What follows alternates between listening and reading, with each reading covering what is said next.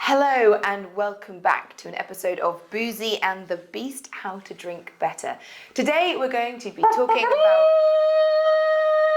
fortified wine. Have you just used this as an excuse to build a fort? Of course I have, Libby. Is it the wrong night or something? Oh, God. Let me just pop this next to the portcullis. Okay, so fortified wine. Oh, right.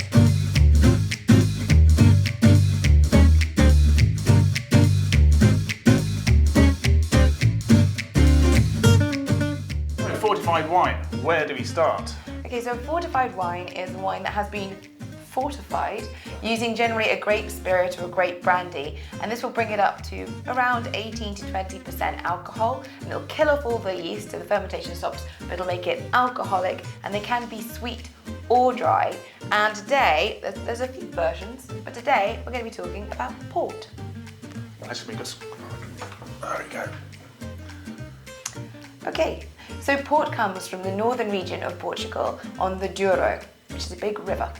And essentially it's a number of red grapes that are foot stomped daily during the fermenting process. And it makes this beautiful fortified wine when they add a grape spirit to it.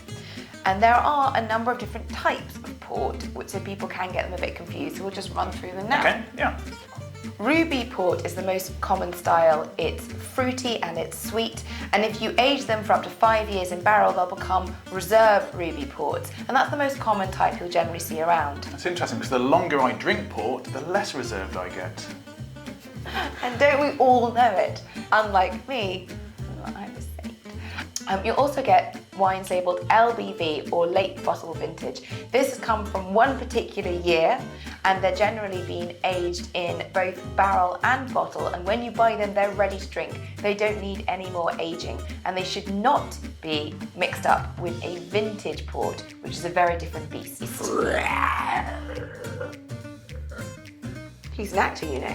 Vintage port will also come from one single year's harvest, but it'll only happen on an exceptional year, so we'll have to announce it, so it doesn't happen every year. And also it'll generally be made by some of the best vineyards. So vintage port really is the best of the best, and it's aged for a limited time in barrel because port ages quicker in barrel, but then it's bottled to be aged for 10, 20, 50 years, maybe even more. And because it's bottle aged on the lees, it means that vintage ports will have a sediment generally, and they need to be decanted.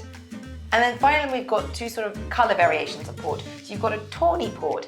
Tawny ports are generally aged within casks and barrels in a winery, and that makes more oxygen content, and that gives them a sort of caramelly, figgy, datey, toffee-esque flavour, and they'll generally be browner in colour and they're sweeter as well.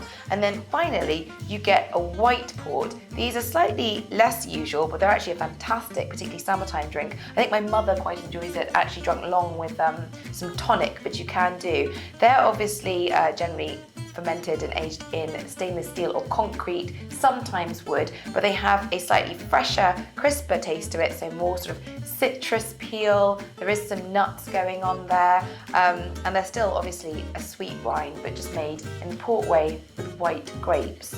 So that's really a very brief rundown of port, and people often have a port with cheese. You can have it as dessert, and you can have it as a digestif or a long summer drink if it's white.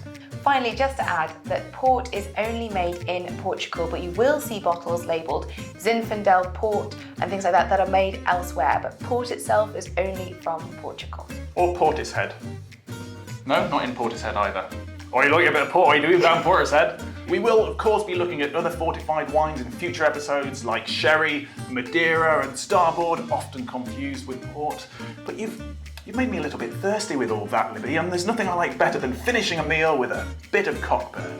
I think it's pronounced Coburn. I wasn't talking about the port. The noise I would make too.